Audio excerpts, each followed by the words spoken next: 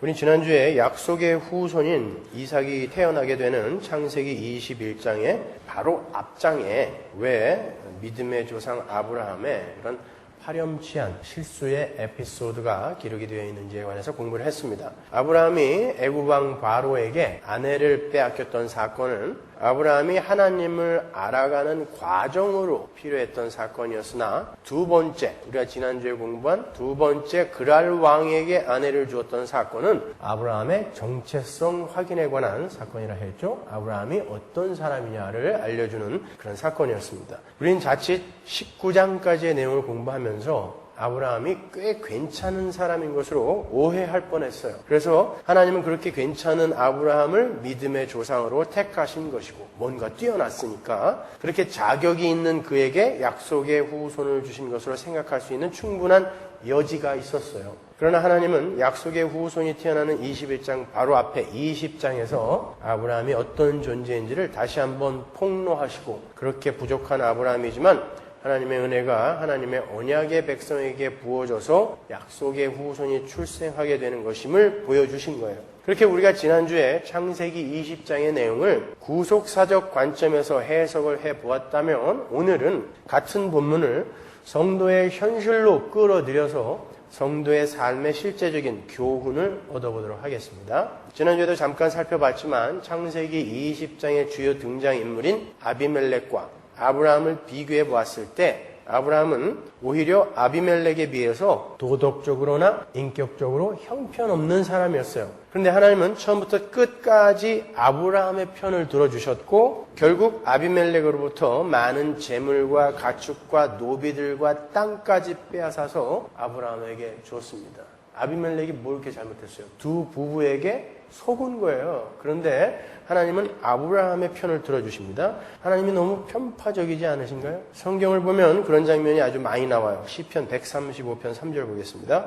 여호와를 찬송하라. 여호와는 선하시며 그 이름이 아름다우니 그 이름을 찬양하라. 여호와께서 자기를 위하여 야곱 곧 이스라엘을 자기의 특별한 소유로 택하셨음이로다. 8절 저가 애굽의 처음 난 자를 사람부터 짐승까지 치셨도다. 애굽이여 여호와께서 너희 중에 징조와 기사를 보내사 바로와 그 모든 신복에게 임하게 하셨도다. 저가 많은 나라를 치시고 강한 왕들을 죽이셨나니 곧 아모리인의 왕 시혼과 바산 왕 옥과 가나안의 모든 국왕이로다. 저희의 땅을 기업으로 주시되 자기 백성 이스라엘에게 기업으로 주셨도다. 3절을 보시면 여호와는 선하시며 이름이 아름다우신 분이다 라는 찬양이 나오죠. 그런데 그 선하신 하나님이 이스라엘을 택하시고는 그 이스라엘을 위해서 애굽의 장자들을 전부 죽이시고 짐승들까지 모두 죽이셨다 그래요. 뿐만 아니라 하나님은 당신이 택하신 이스라엘을 위해서 많은 나라를 치시고 왕들을 죽이셨으며 그들의 땅을 빼앗아서 자기 백성 이스라엘에게 주셨어요. 시편 기자는 그러한 일을 하신 하나님을 선하다 아름다우시다라고 찬양을 하고 있는 것입니다. 그게 정말 선한 일입니까? 자기 백성을 위해서 나머지가 어떠한 상태든지 관여하지 않고 무조건 때려 죽여버리고 그들 걸 빼앗아서 자기 백성에게 주는 일이 정말 선한 일인가요? 근데 4절을 보시면 그 모든 것들이 다 하나님 당신을 위한 일이다라고 그래요. 그러니까 이런 말이에요. 하나님의 선이라는 것은 당신의 언약을 따라 당신의 백성을 건져내셔서 당신이 원하시는 자로 만들어 그들에게 기업을 선물하시는 것을 말하는 거예요. 그게 선입니다. 그리고 그 모든 일은 당신의 백성을 위한 일도 아니고 1차적으로 당신 자신을 위한 일이라는 거예요. 바꾸어 말하면 하나님의 계획과 목적대로 하나님 나라의 완성을 향한 모든 일이 다 선인 거예요. 성경이 말하는 선. 그래서 가나안 땅에 들어가서 어린 아기까지 가축까지 다 때려 죽여라 했을 때 죽이는 게 선인 것입니다. 이해하세요? 이 시편 135편의 내용과 오늘 본문을 잘 연결해 보세요. 하나님 앞에서 줄곧 불순종과 우상 숭배의 죄를 지었던 이스라엘을 위해서 이스라엘이 출애굽한 이후로 계속 하나님을 불신앙했고 불순종했잖아요. 그럼에도 불구하고 그들을 위해 열국과 열왕을 쳐서 결국 이스라엘에게 약속의 땅을 기업으로 주신 하나님의 그 모습과 오늘 본문에 파렴치한 죄를 짓고 있는 아브라함의 편을 드셔서 아비멜렉의 재산과 땅을 빼앗아서 아브라함에게 주신 이야기가 마치 동사무소에서 비닐종이에 인감도장을 찍어서 원본과 이렇게 맞춰보는 것처럼 딱 들어맞죠. 동사무소를 가봤어요. 거기서 인감도장 확인할 때 이렇게 비닐에다 찍어서 이렇게 맞춰보잖아요. 똑같잖아요. 그렇죠? 본문 16절을 보시면요. 아비멜렉이 사라에게 뭐라 그래요? 내 일이 다 선이 해결되었다 그래요. 선이라는 단어가 나와요. 아비멜렉이 그 모든 일의 결과를 선으로 표현을 하고 있는 거예요. 그러나 그 하나님의 선에는 아브라함이나 사라의 자격이나 노력이나 열심이 손톱만큼도 개입되지 않은 온전한 하나님만의 작품이죠. 그죠? 오히려 그들은 방해했단 말입니다. 그런데 하나님이, 인간은 계속하여 불가능하고 추악한 모습만 보이는데 하나님이 당신의 언약을 따라 부지런히 선을 이루고 계신 거예요. 다른 말로 새 창조를 완성시키고 계신 것입니다. 선이라는 말을 구약에서 찾으면 가장 먼저 나온 데가 어디라고 그랬어요? 보시기에 좋았더라. 그 단어 토부가 바로 선이라고 그랬죠. 합력하여 선을 이룬다 할 때 그 선이란 말입니다. 그러니까 그 선이라는 단어는 창조에 관한 단어인 거예요. 신약의 표현으로 하자면 선은 새 창조, 즉 하나님 나라의 완성에 관한 단어인 거예요. 오늘 본문을 그 관점으로 이해를 하셔야 되는 것입니다. 거기에는 인간의 도덕이나 윤리나 자격이 개입되지 않아요. 새 창조의 완성에는 하나님의 계획과 목적과 그분의 열심에 의해 완성되는 것이 하나님 나라지 않습니까? 그렇게 성경이 말하는 선은 세상 사람들이 도덕적이고 윤리적인 잣대로 규정하고 판단하는 것으로 정의하지 않고 하나님의 뜻이 하나님의 계획대로 이루어지는 것을 선이라고 정의하는 거예요. 우리가 선 그러면 착하고 순수하고 도덕적으로 윤리적으로 아무 결함이 없는 이런 걸 우리가 선이라고 알고 있잖아요. 그런데 성경은 하나님이 시키는 대로 거짓말한 걸 선이라고 그러고 하나님이 시키는 대로 집단 사륙한 걸 선이라고 하지 않습니까? 그러니까 선이라는 개념을 우리가 완전히 바꿔버려야 돼요. 우리 머릿속에서. 그러니까 이런 겁니다. 선이라는 것은 하나님이 어떤 것을 계획하시고 그 계획을 이루어가는데 필요한 모든 것들을 다 선이라고 하는 거예요. 그러니까 우리가 인본주의에 너무 젖어 있어가지고 그 하나님의 일이 이루어지는 것을 선이라고 하는 것을 우리가 절대 동의할 수가 없죠. 그러니까 우리가 이 땅에서, 성도가 이 땅에서 해야 할 유일한 일은 우리는 아무것도 아니고 하나님이 주인이고 하나님이 왕이라는 것을 인정하고 그 왕이신 그분이 하는 대로, 엿장수 마음대로 그분이 하는 건 다 선입니다를 확인하고 인정하고 가는 게 성도가 이 땅에서 해야 할 유일한 일인 것입니다. 근데 우리는 아담 때부터 지금까지 계속해서 인본주의에 젖어왔기 때문에 인간이 왕이야. 우리도 하나님처럼 될 수 있어라는 인간의 가능성을 제시하는 인본주의에 젖어왔기 때문에 그걸 동의하지 못하는 거예요. 그게 왜 선이야? 우리 인간은 그럼 뭐야? 우리를 막 다 때려 죽인다고 하는데 그걸 선이라고 인정해야 돼? 이렇게 된단 말입니다. 그거는 하나님이 어떤 분인지 모르고 인간이 어떤 존재인지 모르는 우매함에서 나온 거예요. 중요한 내용이기 때문에 거기까지 제가 간단하게 정리를 해드리겠습니다. 하나님은 창세전에 당신의 백성들과 영원히 함께 거하실 하나님 나라를 계획하셨어요. 창세전에 영원 속에서. 그 하나님 나라는 하나님 홀로 완성시켜 내시는 그런 은혜의 땅이에요. 인간이 나기도 전에 하나님이 이미 계획하셨기 때문에 인간을 탄생시켜서 창조해서 그들의 도움을 받아 완성시키는 나라가 아니란 말입니다. 하나님 나라는. 그 하나님 나라의 완성이라는 하나님의 계획에 꼭 필요한 게 하나님 나라의 백성들의 탄생이었어요. 왜? 나라의 3대 요건이 뭐예요? 국민, 주권, 영토니까 국민이 있어야 되지 않습니까? 그 백성들의 탄생을 위해 예수 그리스도의 십자가가 이 땅과 역사 속으로 들어오게 된 거예요. 그러니까 이 역사의 존재, 이유를 우리의 구원이라고 이야기하시면 안 돼요. 하나님 나라의 완성인 거예요. 거기에 우리의 구원이 필요한 것뿐입니다. 하나님은 그렇게 탄생한 하나님의 백성들을 당신의 나라에 적합한 자들로 훈련하시고 연단하시면서 성숙시키시고 완성해 가세요. 하나님은 그렇게 당신의 나라에 당신과 영원히 살게 될 당신의 백성들에게만 관심이 있어요. 창세 전에 하나님께서 당신의 나라를 계획하셨고 그 나라 안에 들어갈 하나님의 백성들도 이미 그 심중에 당신의 생명책에 기록해 놓으셨단 말입니다. 그래서 하나님은 이 역사 속에 탄생하는 오고 가는 수많은 인간들 중에 바로 창세전에 당신의 머릿속에 있으셨던 그 백성들만 바라보고 계신단 말이에요. 물론 모든 천지 만물이 하나님에 의해 주관되지만 하나님은 하나님 나라의 완성을 위해 하나님의 백성만 바라보면서 쫓아오신단 말이에요. 그들에게만 관심이 있어요. 그들을 하나님의 백성으로 완성시키는 게 이 역사의, 이 우주의 존재 이유거든요. 목적이거든요. 그들이 다른 이들보다 잘나서도 아니고 그들이 다른 이들보다 성실하거나 순결해서도 아니에요. 하나님 백성보다 더 착하고 더 뛰어나고 더 지혜로운 믿지 않는 이들이 많아요. 훨씬 많습니다. 근데 하나님은 그 하나님의 백성에게만 관심이 있어요. 그들은 여전히 불순종과 우상숭배와 파렴치함으로 옛사람의 습성을 버리지 못하고 있음에도 불구하고 하나님은 당신의 열심으로 그들을 목표지점으로 끌고 가시는 거예요. 왜? 창세전에 택했다는 이유 하나만으로. 그러니까 우리는 할 말이 없는 거예요.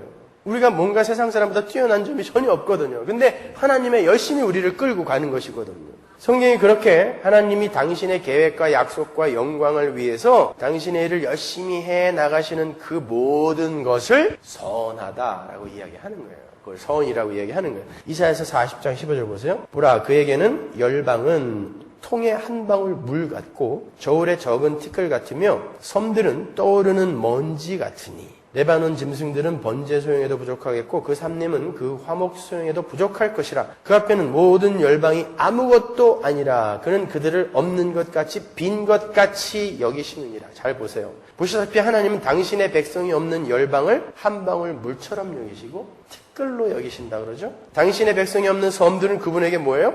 먼지래요. 당신의 백성이 없는 열방은 그분에게 뭐라 그래요? 아무것도 아닌 것. 그것은 하나님 앞에서 없는 것, 빈 것이 되는 것입니다. 이 가운데, 이 우주 천지만별 가운데 하나님의 백성 이외에는 하나님께 없는 것, 빈 것으로 여겨지게 되는 거예요. 하나님의 백성은 하나님의 언약 속에 들어있다라는 이유만으로 다른 이들과 비교해서 전혀 나을 것이 없는데도 불구하고 하나님의 모든 것이 되었어요. 우리는. 왜? 하나님이 당신의 목숨을 바쳐 우리를 구원했으니까 우리는 지금 하나님의 모든 것이 되었는데 그 이외에 나머지들은 전부 빈 것, 없는 것, nothing이란 말입니다. 먼지, 티끌로 취급하시는 거예요. 그러니까 하나님께서 하나님의 백성들의 거룩과 완성을 위해 그들에게 가나안 땅을 기업으로 주시기 위해 가나안 백성들을 어린아이까지 전부 죽여버린 것이나 아니면 가나안 열 왕들과 나라들을 죽이시고 깨뜨리시고 그들의 소유를 다 뺏어서 하나님의 백성들에게 땅을 다 뺏어 주어버린 것은 그냥 먼지나 티끌을 청소한 것과 방불한 거예요. 그거는 하나님께 없는 것, 빈 것이나 마찬가지니까 그만큼 하나님은 큰 분이고 그만큼 그 피조물들은 그 하나님 앞에 서면은 보잘것없는 존재들이라는 것입니다. 우리가 그걸 배우고 가는 거예요. 그걸 인정하는 것입니다, 여러분.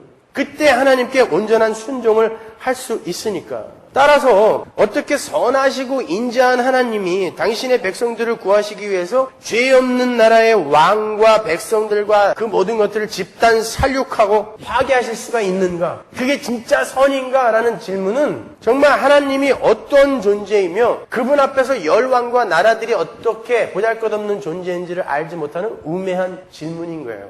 아시겠죠?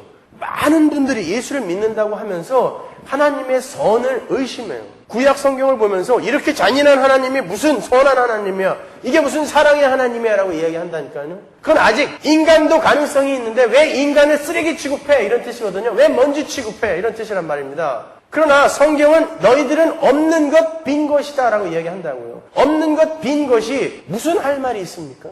하나님은 그만큼 큰 분이란 말입니다. 그걸 배우고 가는 거예요. 내가 왕인 줄 알았더니 나는 티끌이고 하나님이 왕이시구나를 배우고 가는 것입니다. 그래서 우리 성도가 이 땅에서 해야 할 유의한 성도의 표지가 뭐라 그래요? 자기 부인. 그게 자기가 나띵임을 깨닫는 것을 자기 부인이라고 하는 거예요. 휴머니스트들, 인본주의자들이 들으면 정말 돌 들고 쫓아올 말이지만 우리는 그러한 존재가 맞아요. 하나님 앞에서 모든 피조물은 티끌입니다. 우리도 마찬가지였어요. 그런데 하나님께서 창세전에 우리를 택하시고 우리를 티끌이 아닌 당신의 자녀로 삼아 버리신 거예요. 당신의 모든 것으로 삼아 버리신 거예요. 아비멜렉과 아브라함이 비교하여 아브라함이 절대 나은 것이 없는데 하나님이 아브라함은 나의 모든 것이 하고 쫓아오는 것처럼 우리를 그렇게 쫓아온단 말입니다. 그러니까 역사의 주인공은 조지 부시도 아니고 MB도 아니고 여러분이 주인공이에요. 그 사람들은 여러분들의 거룩과 완성을 위한 엑스트라들이라니까요. 그런 자부심이 있으셔야죠. 아브라함의 삶을 보세요. 이 사람이 뭐가 그렇게 잘났어요. 그런데 하나님은 창세기 12장부터 이 사람만 쫓아오세요. 계속 실수하고 실패하는데 이 사람만 쫓아오세요. 여러분을 그렇게 쫓아오고 계시단 말입니다. 여러분의 상사들, 여러분보다 훨씬 뛰어난 사장님, 옆집 이씨 아저씨 아무 관심 없어요. 하나님. 여러분에게만 관심 있어요. 여러분은 그토록 존귀한 하나님의 자녀예요. 백성인 것입니다. 다른 것들은 여전히 티끌인데 우리만 그분의 자녀가 됐어요. 하나님은 이제 우리만을 바라보시며 우리의 성숙과 우리의 하나님 나라 입성에 다른 티끌들을 엑스트라로 지금 사용하여 이끌고 가시는 거예요. 그 티끌들이 때로는 하나님의 모든 것은 우리보다 더 잘나 보이기도 하고 도덕적으로 윤리적으로 훨씬 뛰어난 것처럼 보일 때도 있어요. 그게 아비멜렉과 아브라함의 모습인 거예요. 그럼에도 하나님은 창세전에 택하신 당신의 백성들의 성숙과 완성에만 관심을 기울이고 계신 것입니다. 그냥 자식은 계속해서 사고치고 경찰서 끌려가고 있는데 아버지 혼자 쫓아다니면서 합의 보고 끌어내고 이러고 있는 거죠. 그 은혜를 아는 우리가 아브라함처럼 살 수 있겠느냐가 바로 오늘 본문이 우리에게 주는 메시지인 것입니다. 그 은혜를 너희가 진짜 알고 있느냐는 거예요. 이렇게 바보 같은, 이렇게 실수하고 형편없는 아브라함을 이렇게 아비의 마음으로, 아비의 심정으로 쫓아다니면서 다른 엄한 왕에게 찾아가서 꿈에까지 나타나서 너 죽을 줄 알아 협박까지 하면서 그 아들을 하나님의 나라로 끌고 가신 그 하나님의 열심을 아는 우리가 여전히 아브라함처럼 이렇게 살 수 있는가를 우리에게 배우라는 것입니다. 그래서 약속의 자손을 낳는 그 믿음의 조상 아브라함의 죄가 이렇게 적나라하게 드러났음에도 불구하고 하나님이 마치 아브라함의 죄를 보지 않으시는 것처럼 아브라함의 편을 드는 거예요. 아모스 3장 2절을 보시면 내가 땅의 모든 족속 중에 너희만 알았다라는 구절이 있어요. 천지를 창조하시고 주관하고 계신 하나님이 어찌 이스라엘만 아시겠습니까? 자기가 만들었는데. 근데 이건 무슨 말이야? 내가 이스라엘만 알았다. 너희만 알았다. 하나님은 이스라엘에게만 관심을 두고 계셨기 때문에, 다른 말로 교회, 하나님의 백성에게만 관심을 두고 계시기 때문에 그들만을 안다. 내가 그들만 안다라고 말씀을 하시는 거예요. 히브리어의 알다라는 단어는 사랑하다라는 의미를 함의하는 단어라고 그랬죠? 사랑하다, 알다 같이 쓴다고요. 그러니까 하나님은 창세전에 택하신 당신의 백성들만 사랑하시고 그들만 아는 것처럼 역사를 경륜해 나가신다라는 거예요. 뿐만 아니라 그들의 죄 또한 예수 그리스도 안에서 모두 해결해 놓으시고 그들의 죄를 아예 쳐다보지도 않으세요. 그래서 아브라함이 이렇게 파렴치한 죄를 지었는데 하나님이 전혀 상관 안 하는 것처럼 계속 아브라함의 편을 들어주는 거예요. 그러니까 그렇게 살아도 된다라는 게 아니라 하나님이 너희들을 그렇게 취급해 주시는데 계속 그렇게 살래? 라고 이야기하는 거예요.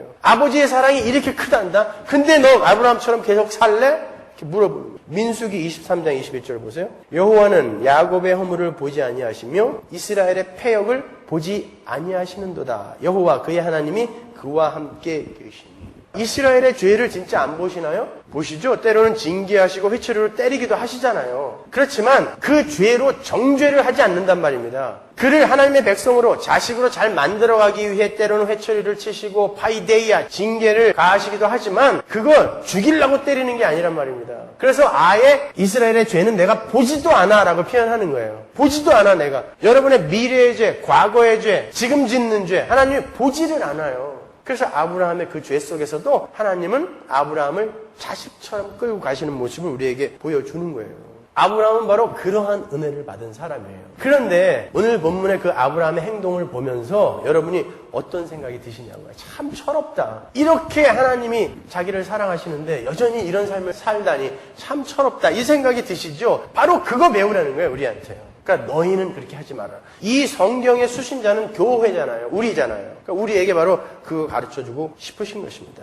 바로 그 아브라함의 자리에 우리를 올려놓고 오늘 본문을 이해해보자는 거예요. 우리에게 어떤 메시지를 주시는지를, 그 놀라운 은혜를 입은 아브라함이 어떠한 실수를 했는지를 살펴보면서 우리의 각오를 한번 다져보도록 하자고요. 아브라함의 첫 번째 실수는 롯이 안목의 정욕의 최후의 보루인 소화를 끝까지 놓지 못했던 것과 마찬가지로 세상의 풍요를 쫓아서 이사를 한 것에서부터 시작이 됩니다. 본문 1절을 보시면 아브라함이 하나님과의 사귐의 장소였으며 약속을 받은 곳이었고 풍성한 은혜의 제단이 있었던 곳이었던 마므레 헤브론을 떠나서 남방으로 이사를 했다라는 것을 알 수 있어요. 그렇게 1절이 시작하죠.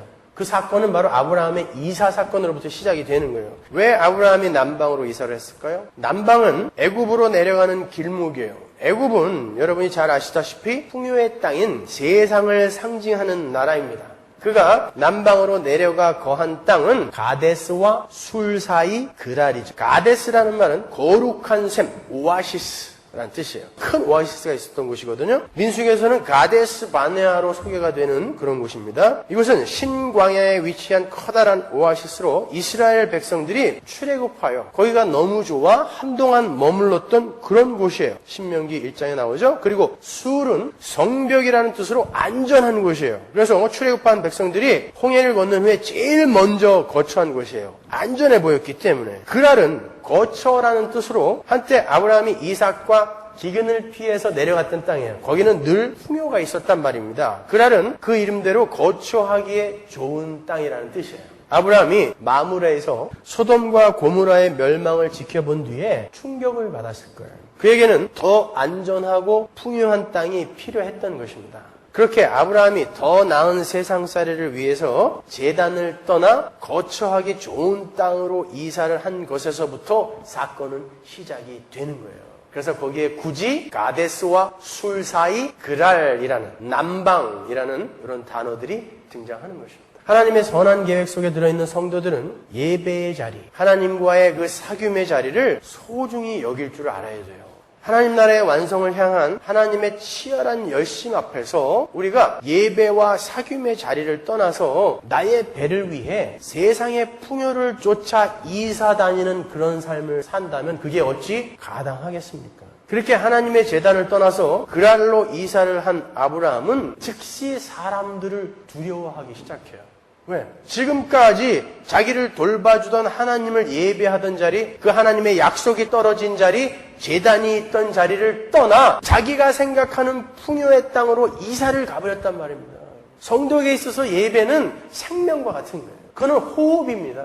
그럼에도 불구하고 그 예배가 얼마나 소홀히 여겨지는지 몰라요. 여러분이 예배 시간을 빼먹고 혹여 그때 여러분이 했던 일들이 어떤 것인지 한번 떠올려 보세요. 그게 그렇게 가치 있는 일이었습니까?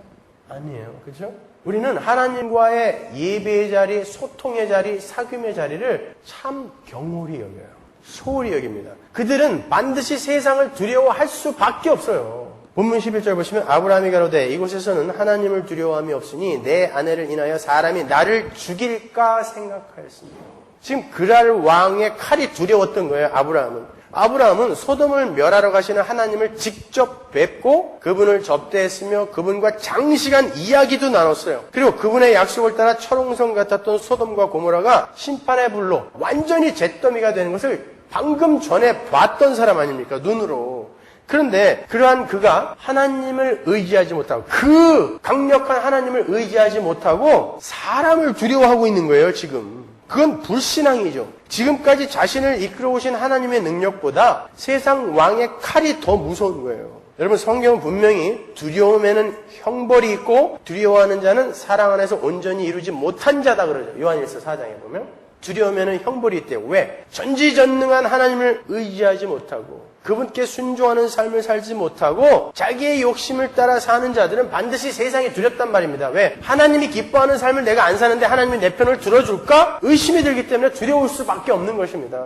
그래서 두려움에는 형벌이 있다라고 이야기하는 거예요. 하나님의 사랑을 입어서 그 사랑을 체감하고 이해하고 있는 성도에게는 이 세상 그 무엇도 두려움의 대상이 될 수 없어요. 하나님을 의지하고 그분께 자신의 전부를 의뢰하는 하나님의 백성은 가난, 질병, 권력, 폭력 그 어떤 것도 두려워해서는 안 돼요. 천지 만물의 주관자이신 그 하나님이 내 안에 계시고 그분이 나의 인생을 당신을 위해 선으로 이끌고 가시는 길에 나에게 생긴 가난이요, 질병이요, 폭력이요, 억지라면 그것들은 내가 두려워할 것이 아니라 모든 것을 합력시켜 나의 선을 이루시기 위한 하나님의 손길이라는 것이 분명하잖아요. 그분이 힘이 없고 아주 나약한 존재라면 하나님이 정말 나를 이렇게 위하시는데도 어떤 더 큰 힘이 나를 이렇게 만드는구나. 그렇게 우리가 좌절할 수 있고 실망할 수 있지만 그분은 전지전능하신 분이요. 그분이 생각한 건 그 즉시 완성이 되는 omnipotence, omniscience. 그분은 전지전능한 분이란 말입니다.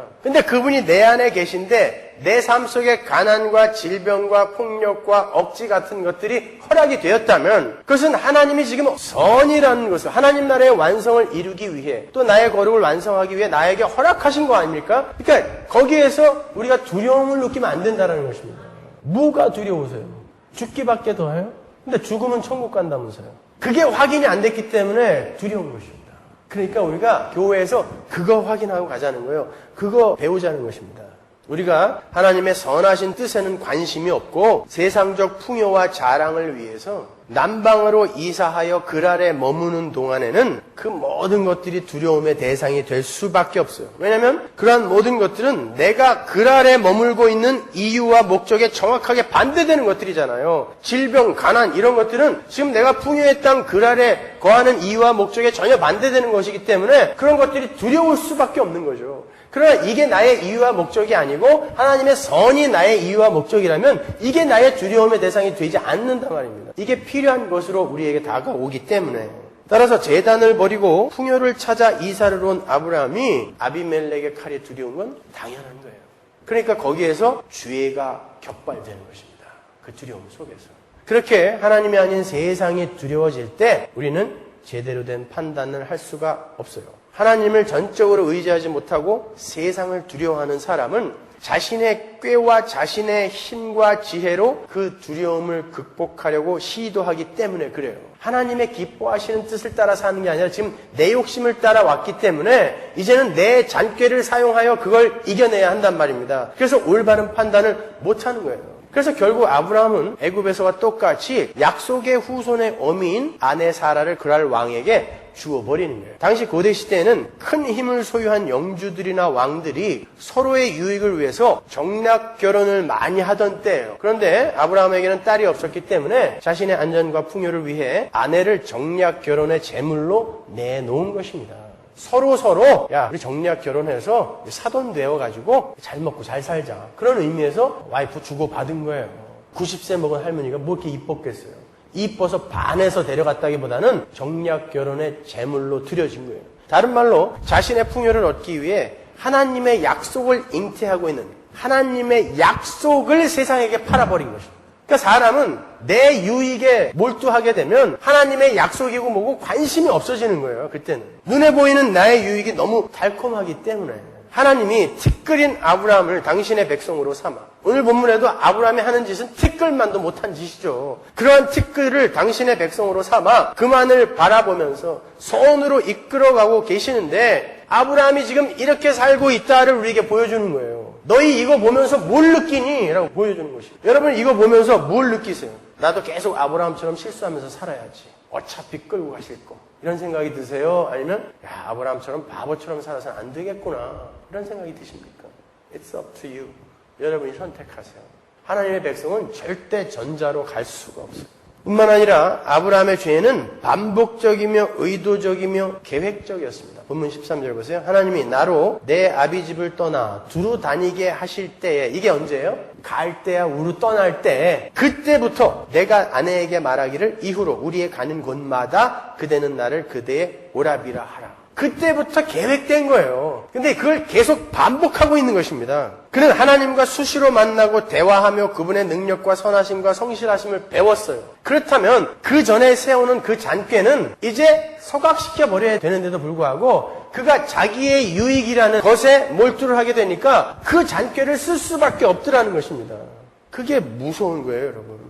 그러니까 아브라함의 실수는 절대 우발적이거나 절대 우연히 일어난 것이 아니라 다 계획되었던 거예요. 인간은 그렇게 악해요. 자기의 유익을 위해서는 그 어떤 체험이나 배움도 전부 망각해버리는 약하고 악하고 추한 동물에 불과한 것입니다. 그럼에도 우리 하나님이 그러한 자들을 놓지 않으시고 그들의 허물도 보지 않으시는 것처럼 당신의 언약을 성취해 나가는 모습을 오늘 본문이 우리에게 보여주는 거예요. 혹시 우리에게는 그런 모습이 없나요? 나의 세상적 유익을 위해서 여전히 포기하지 못하고 고수하고 있는 나의 잔꾀가 지금도 남아있지는 않습니까? 그리고 그 잔꾀가 수시로 나를 죄의 자리로 끌어내리고 있지는 않아요?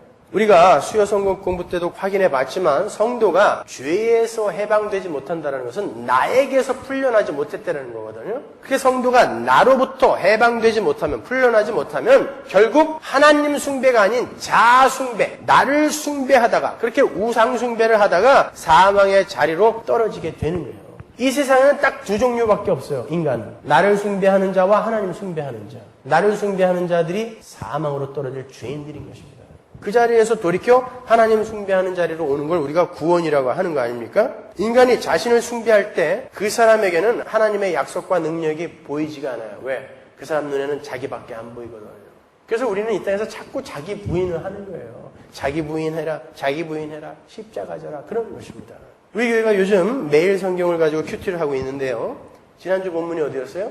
사무엘상 28장이었어요. 그 사무엘상 28장의 내용 중에서 사울이 신접한 여인을 찾아가서 죽은 사무엘을 불러 올리는 장면이 나오는데 그 장면이 많이 혼란스러우셨던 모양이에요. 여러분들께서 그 부분을 질문해 오셨는데요. 죽은 사람의 귀신이 정말 존재하느냐? 정말 신접한 무당이 죽은 영혼을 불러올 수 있는가? 사무엘의 영혼이 진짜 사무엘의 영혼이냐? 아니면 악령이냐? 이런 질문들을 많이 하셨는데 좋은 질문이에요. 그러나 그 장면은 귀신의 존재 여부나 무당들이 영혼을 불러 올릴 수 있느냐 없느냐 혹은 그 사무엘의 영혼이 진짜 사무엘의 영혼이냐 아니면 악령이냐에 초점이 있는 게 아니에요. 그 부분들은 이미 해결이 되셨어야죠. 하나님의 손을 떠나 구천을 떠도는 귀신은 있을 수가 없습니다, 여러분. 무당이 어떻게 귀신을 불러 올려요? 천만의 말씀. 그건 안 되는 거예요. 근데 왜 나타났냐 말이죠. 왜 나타났냐. 그게 이제 궁금하셔서 그러는데 여기에서의 초점은 자기 자신을 위해서 하나님의 힘을 동원하려고 하는 자들의 말로에 대한 경고에 초점이 있는 거예요. 사울은 하나님이 아닌 자기 자신을 위해 살다가 간 자의 대표격인 존재인 거예요. 사울은요. 그래서 사울이 기각되고 다윗이 왕이 되는 거거든요. 사무엘상 28장 7절을 보면 사울이 신접한 여인을 찾는데 나를 위하여 신접한 여인을 찾으라 그러죠. 나를 위하여. 거기에 동그라미를 친 사람이 성경을 잘 읽는 사람이에요. 나를 위하여 신접한 여인을 찾으라고 명령을 해요. 그러니까 사울의 관심은 온통 자기 자신의 유익이었던 거예요. 그가 신접한 여인에게 죽은 사무엘을 불러 올리라고 한 것은 그가 지금 사무엘이 섬기던 하나님의 도움을 받고 싶다라는 마음에서 불러 올린 거잖아요. 그러나 그것도 뭐예요? 하나님의 도움도 무엇을 위해서? 나를 위해서. 그 자들은 어떻게 된다? 사무엘이 뭐라 그래요? 너와 내 아들들이 오늘 나와 함께 있으리라. 어디에 있으리라? 죽을 것. 난 너희들 죽여버릴 거야. 하나님은 그런 자들은 사망으로 끌고 가신다는 뜻이에요. 사무엘이 천국 갔으니까 그 사람들도 천국 갔을 것이다라는 말이 아니라 죽을 것이다라는 뜻이에요. 마찬가지예요. 나를 위해 하나님의 힘을 동원하여 나를 숭배하는 자들은 사망으로 떨어지는 것입니다. 죽는 거예요. 그 자리에서 벗어나라는 것입니다. 아브라함이 이렇게 바보같이 이런 죄를 지은 것이 바로 자기를 위해 하나님을 예배하는 자리를 떠나 세상의 풍요의 자리로 이사한 것에서부터 시작되지 않았니? 너희들 절대 글로 가면 안 돼. 그리고 성도는 글로 갈 수가 없단다를 이야기해 주는 것입니다. 그렇게 모든 죄는 하나님을 우습게 여기고 나를 숭배하는 것에서부터 출발하는 것이므로 모든 죄는 하나님께 대한 죄가 되는 거예요. 왜냐하면 인간은 하나님을 예배하기 위해 하나님의 영광을 위해 존재하기로 창조된 자들이지 절대 자기를 숭배하는데 하나님의 힘을 도구로 방법으로 쓰기 위해 창조된 자들이 아니기 때문에 그래요. 신명기 12장 9절을 보면 하나님이 이스라엘을 건져내서 가나안으로 들여보내신 이유를 뭐라 그래요? 내가 택하고 지정하여 준 곳에서 나를 예배하라고 내가 너희를 건져냈다 그런단 말이에요. 하나님의 백성이 하나님에 의해서 구원받은 이유가 뭐예요? 잘 먹고 잘 살라고요? 여기서? 아니에요. 하나님을 예배하는 자였는데 그들이 하나님 아닌 자기를 예배하는 자리로 선악과를 따먹으면서 떨어져 버렸잖아요. 그들을 다시 하나님이 하나님 나라로 불러들여 하나님을 온전히 예배하고 예배가 뭐예요? 나는 티끌, 하나님은 전부. 이거 항복하고 하나님께 순종하는 자가 되는 게 예배입니다, 여러분. 그러니까 그 하나님께 예배하는 자로 만들기 위해 우리를 구원한 거예요. 그러니까 우리는 구원받은 그 순간부터 내가 부인되기 시작해야 되는 것입니다. 내가 고지 꼭대기로 올라가는 게 아니라. 그러니까 오늘날 기독교가 얼마나 잘못되어 있는 것입니까? 그렇게 우리는 하나님을 위해 창조되어진 자들인데 우리가 우리를 위해 살게 될 때 쏟아져 나오는 것들이 다 죄예요. 그렇기 때문에 성경은 모든 죄를 하나님께 범한 죄라고 이야기하는 거예요. 오늘 본문에도 하나님께서 아비멜렉에게 네가 나에게 범죄하지 않게 하기 위해 내가 너를 막았다라고 말씀하시죠. 본문 6절 보세요. 하나님이 꿈에 또 그에게 이르시되 내가 온전한 마음으로 이렇게 한 줄을 나도 알았으므로 너를 막아 내게 범죄하지 않게 하였다. 그렇죠? 만약에 아비멜렉이 사라를 범했다 하더라도 그건 아브라함이나 사라에게 죄를 범한 거 아니에요? 세상적 관점으로 볼 때. 그런데 하나님은 아비멜렉의 죄를 내게 짓는 죄라고 이야기한단 말입니다. 다윗이 우리아 안에 밧세바를 범하여 아기를 갖게 하고 그것이 들통날까봐 우리아를 죽여버리죠. 그때 시편 51편에서 다윗이 뭐라고 그래요? 내가 하나님께만 범죄했다. 탕자가 돌아와서 내가 누구에게 죄를 지었다 그래요?